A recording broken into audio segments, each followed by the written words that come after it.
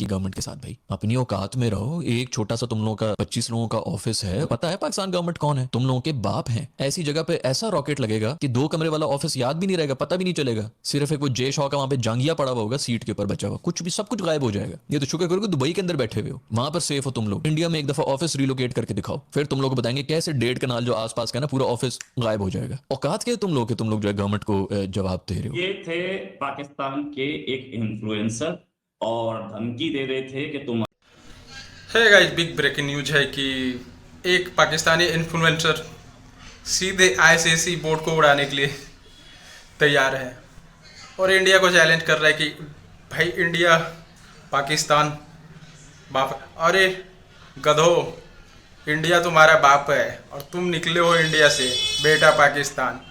साले इंडिया से पंगा ले रहे हो, नंगा कर करके मारेंगे बीसीसीआई। मैच तुम्हारे पापा के पापा भी खेलने आएंगे, ठीक है। ये है पाकिस्तानी इन्फ्लुएंसर, घटिया जाहिल किस्म के, बोल रहे हैं कि आईसीसी के ऑफिस उड़ा देंगे। दुबई में बचे हुए, इंडिया में रहता तो इतना में पता नहीं बम से या रॉकेट से। इसीलिए तो हाइब्रिड मॉडल का मैच हो रहा है इंडिया के साथ में। वीडियो लास्ट तक वॉच कीजिए। बांग्लादेश जो है अभी इंडिया के साथ अभी देखिए लड़ाई हुई कि हम इंडिया में खेलने कभी नहीं आएंगे, उन्होंने कहा। उसके बाद राइफल शूटिंग टीम भेज रहे हैं। तालियां नहीं चाहिए ऐसे बांग्लादेश के लिए। 48 घंटे से बताएं आप मुझे, बताइए क्यों सोया हुआ बांग्लादेश, क्यों चुप है पाकिस्तान के लिए। भाई के साथ हम जैसे ही बांग्लादेश के साथ जाती हुई, बांग्लादेश के साथ आप कहते हैं जाती हुई है, आप कहते हैं बांग्लादेश के साथ गलत हुआ है और आप उस वक्त बोल पड़े। आपके नजदीक जाती हुई और हमारा पीसीबीसी वक्त छोड़ डाल दिया। 48 घंटे से हमने फैसला किया हुआ है और आईसीसी पाकिस्तान के खिलाफ जो है इसके बैठ के प्रोग्राम बना रहा है, स्ट्रेटजी बना रहा है। इन्हें को जो है ना, इन्हें मदोलो थोड़ा पकड़ के, और बांग्लादेश चुप है। बताएं क्यों चुप?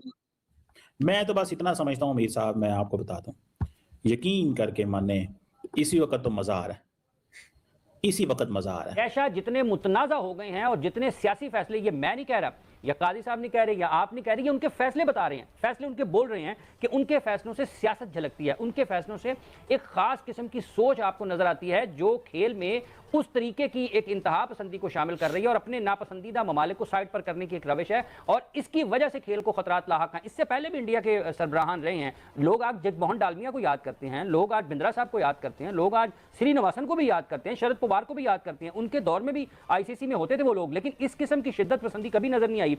और ये शिद्दत पसंदी खास एक सोच का नतीजा है। और जब तक आप इंग्लैंड है, ऑस्ट्रेलिया है, न्यूजीलैंड है, कम अज कम अगर कोई एक गैर जानिबदार होगा, अगर वो फैसला करेगा तो ये बात तो नहीं होगी कि पाकिस्तान से कहेंगे लोग कि जी हमारे खिलाफ हो गया और इसको इसने साइड लिया। इंडिया से अगर कोई फैसला आएगा तो वो कहेंगे भले ठीक ही हो, पाकिस्तान से भले ठीक ही हो। बिल्कुल हाफिज साहब, ये तो खिलाफ हो रहा गया है क्योंकि जे शाह की जो वाहिद क्वालिफिकेशन है वो ये है कि वो अमित शाह का बेटा है और उसकी कोई क्वालिफिकेशन नहीं है और उसको बैट पकड़ना भी नहीं आता। राहुल गांधी कहते हैं कि उसको बैट पकड़ना भी नहीं आता, वाकई नहीं आता। उसको सिर्फ साजिश करनी आती है और मुस्लिम दुश्मनी आती है, और उसने हिंदुत्व सोच जो है उसमें बाकायदा तौर पर प्रिवेल कर रखी है।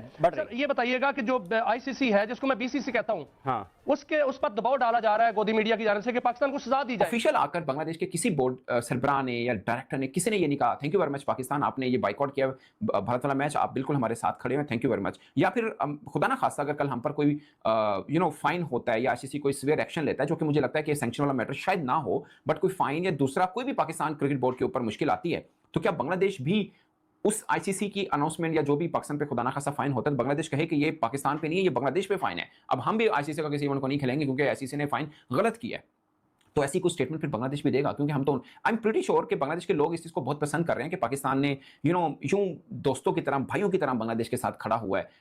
मुझे याद, बल्कि मैं बांग्लादेशी काफ़ी जर्नलिस्ट के साथ डेली कम्युनिकेशन करता हूं, तो वो लोग कहते हैं कि बांग्लादेशी आम जो लोग हैं वो बहुत खुश हैं और बड़ा थैंक्स भी कह रहे हैं पाकिस्तान को, मगर बांग्लादेश क्रिकेट बोर्ड की तरफ से स्टेटमेंट ना आना ना मुझे अजीब फील हो रहा है। मैं ये नहीं कह रहा कि कल पाकिस्तान पे मुश्किल टाइम आया तो बांग्लादेश निकल जाएगा, एसीसी का मैटर हुआ, बांग्लादेश ने खुल के हमारी हमायत की, वहां पे मीटिंग हुई और सपोर्ट भी किया, बड़ा चीजें हुई, बट जिस तरह से खुल खिला के पाकिस्तान क्रिकेट बोर्ड बांग्लादेश के लिए खड़ा हुआ, उनकी लड़ाई है और हम घुस आए हैं बीच में, जिन्होंने पंजाबी से कहते हैं ना, उन्होंने बेलने जैसी बांध दी है बेसिकली, बल्कि हमने तो सर दे दिया ना, खुल के लड़ पड़े हम लोग। सो ये है, इसमें कोई दो राय नहीं है कि कल को बैठक होती है आईसीसी की और इस मुद्दे के ऊपर डिस्कशन होती है, पाकिस्तान से डिमांड किया जाए, तो हम ये नहीं कह सकते कि यार बांग्लादेश को वर्ल्ड कप में वापस लेके आओ, क्योंकि अब बांग्लादेश वापस नहीं आ सकता। ये डेड एंड बरीड केस हो चुका बांग्लादेश टीम की वर्ल्ड कप में वापसी, ये 2026 में ये नहीं हो सकता कि अब स्कॉटलैंड को बाहर भेजें और वो आए, तो वो तो सही है, बट हमने बेसिकली लड़ाई तो उनके लिए लड़ी।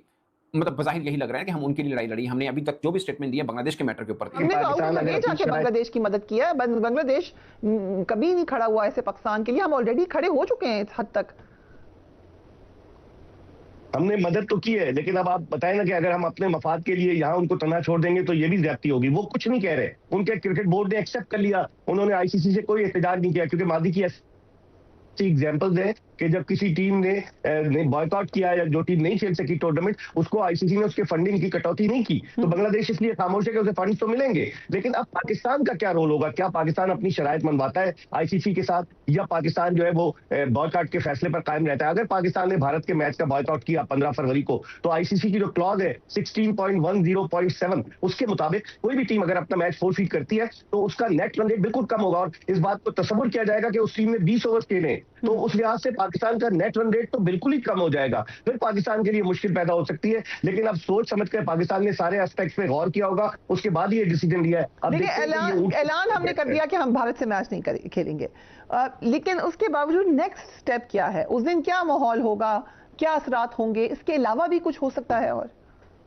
देखिए, पाकिस्तान का फरिया पहला मैच जो है वो 7 फरवरी को है नेदरलैंड्स के खिलाफ, 10 फरवरी को पाकिस्तान यूएसए के खिलाफ। लोग कंफ्यूज कर जाते हैं कि शायद ये जब इंटरनेशनल आप रैंकिंग्स को देखते हैं तो उसमें आपको bottom of the table team नजर आती है, नंबर 7 की टीम नजर आती है। लेकिन जब आप आईसीसी के इकोनॉमिक फ्रेमवर्क में इसको देखते हैं तो ये बहुत ही रोबस्ट प्रेजेंस है और एक बहुत बड़ी ब्रांड इक्विटी है पाकिस्तान की।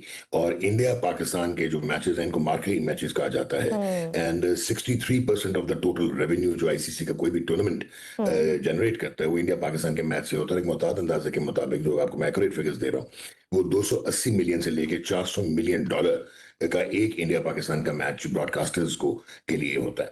एंड जिस दिन इंडिया पाकिस्तान का मैच होता है तो वर्ल्ड वाइड $1.13 बिलियन जो है वो लाइसेंसीज को और दीगर ब्रॉडकास्टर्स को जाते हैं। उसके बाद अगर आप देखें जो एशिया कप में इंडिया पाकिस्तान के मैचेस होते हैं वो 80% ऑफ द रेवेन्यू।